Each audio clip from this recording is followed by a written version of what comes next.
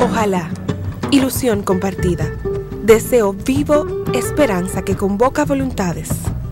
Mejor aún, compromiso, asumir ideas, desafíos y ayudar a pensar. Ojalá también es tarea nuestra y suya, convertir ilusión en realidad de bienestar. Con ustedes, despuntando el día, ojalá. Hola, muy buenas noches a todos y a todas. Sean ustedes bienvenidos a Ojalá. Se ha hablado mucho de las políticas sociales y por lo general a fin de año, como se elaboran los presupuestos nacionales, y en el caso de República Dominicana es así, pues se origina toda una reflexión de cómo deben repartirse los dineros públicos, cómo deben asignarse, cuáles son las estrategias de desarrollo. Y hay mucha experiencia en todo esto y un debate muy rico. En América Latina también ha habido y las hay muchas experiencias que pueden ayudarnos a nosotros a entender y a mejorar la calidad de nuestras políticas públicas en aras de lo que todo presupuesto busca, ¿no? Pues desarrollar el país y provocar un mayor nivel de bienestar. Pero en este debate muchas veces se entiende que las políticas sociales, aquellas que fomentan la protección de los ciudadanos y ciudadanas, pues no tienen que ver con el funcionamiento de la economía, sino que es algo como una deuda, se entiende la deuda social, como un compromiso que tenemos con esos pobrecitos que andan por ahí, un poco reconstruyendo o agrandando un poco más lo que es la compasión cristiana, la caridad cristiana, bueno, déjeme darle algo para ayudar, y se ve de manera disociada, ¿no? Yo tengo este dinero para cosas fundamentales, y bueno, me ha sobrado este poco, me queda esto, pago la deuda, pago esto, pago lo otro, y me queda este dinerito para educación, este otro chelito que me sobraron lo puedo asignar a salud, y vamos a ver cómo ayudamos a los ancianitos por el otro lado. Se me quedaron los jóvenes, pues vamos a ver que si armamos un plancito con los jóvenes. Y esas políticas precisamente en República Dominicana, en medio de un fabuloso crecimiento en los últimos 50 años, esas concepciones pues no han funcionado, porque se ven las cosas desagregadas. En América Latina, como ya decía, ha habido experiencias interesantísimas, y por eso tenemos aquí esta noche a Pedro Luis Castellanos, quien es médico, epidemiólogo, un experto en políticas públicas y sociales, que tiene una vasta experiencia no solo como asesor y funcionario que fue durante años de organismos internacionales extranjeros y tuvo que estar en distintos países, sino que también en República Dominicana ha venido reflexionando sobre lo que deben ser las políticas públicas y las políticas sociales. Con él vamos a hablar sobre eso en una primera parte. Y en una segunda parte vamos a tratar el tema del derecho a la salud de los ciudadanos y ciudadanas, tal como están consignados en las distintas versiones de la Constitución Dominicana. Y si nos alcanza el tiempo, pues podríamos hacer una comparación con lo que dicen las constituciones de otros países, por ejemplo, como es el caso de Venezuela, de Ecuador y de Bolivia, que han sido los dos más recientes artículos publicados por Pedro Luis Castellanos en el periódico digital Clave. Buenas noches, Pedro Luis. Hay problemas para entender cómo diseñar políticas públicas, las políticas sociales. Y la impresión que tiene mucha gente es un poco lo que yo decía anteriormente, de que después de pagar los compromisos fundamentales y de hacer esto y de aquello y lo otro, pues como nos sobra este poquito, vamos a ver qué hacemos, ¿no? Y cómo repartimos el dinero. Y parece ser que eso no está dando buenos resultados, porque seguimos con altos niveles de pobreza, con altos niveles de desigualdad, aunque ha habido progresos, es innegable, pero hay insatisfacción todavía, incluso en los hacedores de políticas públicas, que no saben. ¿Qué nos puedes decir tú de esto, Pedro Luis? Mira, las reformas neoliberales no solamente fueron un conjunto de recetas que se aplicaron o se pretendieron aplicar de manera universal a todos los países nuestros, como si todos fuéramos iguales, tuviéramos la misma situación, sino que además fueron una especie de ortodoxia ideológica que iba involucrada en esa razón. Que bueno, muchos les cuesta aún mirar las cosas de otra manera. La experiencia ha mostrado que yo creo que había mucha experiencia en el sentido negativo, como tú señalaste en nuestro país.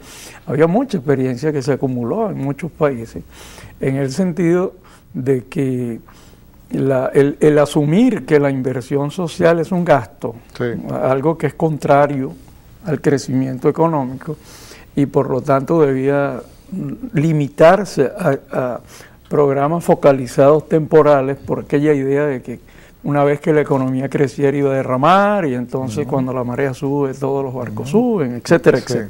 Todas esas tonterías, digamos, que formaban parte de esa visión ideologizada de la... Que no reconocía como derecho. No, de ninguna manera. No solamente no reconocía como derecho, sino que en la práctica negaba incluso la idea de que hubiera políticas sociales, porque se asumía que una vez que la economía creciera, pues ya no, la calidad de vida se elevaba automáticamente por el derrame. Lo que me refiero es que el acento en la focalización también en el fondo... No era un enfoque de derechos. Exacto. No, por supuesto, no era un enfoque de derechos, era un enfoque asistencialista. Correcto. Enfoque asistencialista, que el asistencialismo es un poco la traducción en términos de políticas públicas de la beneficencia. O sea, la beneficencia es un valor para todo el que tiene una formación cristiana como acto individual, hacer el bien, hacer el bien. Pero cuando hablamos de políticas públicas... Del Estado. El Estado no es una persona que va a ganarse el cielo. El Estado es un órgano de la sociedad que tiene la responsabilidad de garantizar la calidad de vida de los ciudadanos. Y derechos. Y eso implica, al ser ciudadano, que tiene derechos y tiene deberes. Y eso es parte de la ciudadanía. Pero también tiene la responsabilidad de velar porque la economía crezca de manera estable, sostenida, para que el conjunto de la sociedad, pues, una especie de espiral ascendente. Ahora, el gran debate fue, ¿qué es lo que va primero? Sí. ¿El que crezca la economía o el que mejore la calidad de vida de la población? Déjame crecer primero y después yo te ayudo. Exactamente. Sí. Y por el otro lado estaba, no crezca, lo que necesitamos es pagar la deuda social y cuando paguemos la deuda social eso va a impulsar la economía. ¿Qué es lo que ha sucedido entonces? Lo que está mostrando la realidad latinoamericana actual, y acaba de salir el informe Panorama Social de América Latina de la CEPAL del 2009, pero ya el del 2008 lo había evidenciado. Lo que recoge el nuevo es el impacto de la crisis en los últimos tiempos, ¿no? Lo que está mostrando es que resulta que aquellos países que han hecho mayor inversión social al mismo tiempo han logrado que su economía crezca de manera sostenida. Han ido parejos. Han ido parejos. Lo que está mostrando la experiencia es que las dos posiciones eran equivocadas, digamos, que hay una manera de hacer inversión social que contribuye a fortalecer el crecimiento de la economía.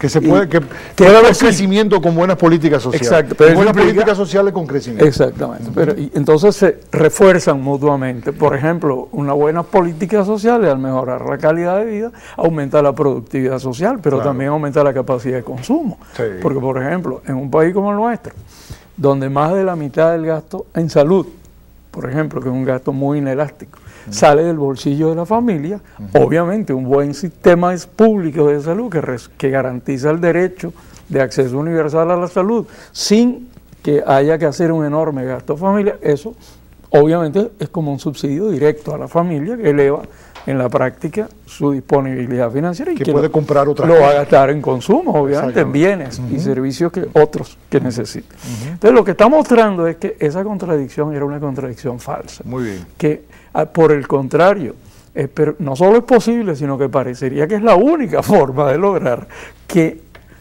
tanto las economías como crezca la calidad de vida de los ciudadanos, es redefinir los modelos de desarrollo.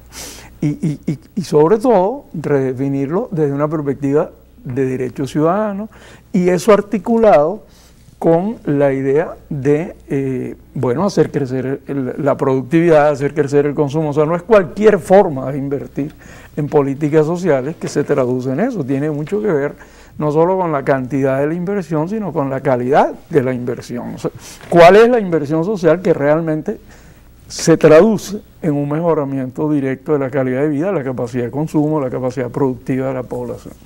Lo bueno es que esto lo ha dicho la CEPAL. La CEPAL, oficialmente.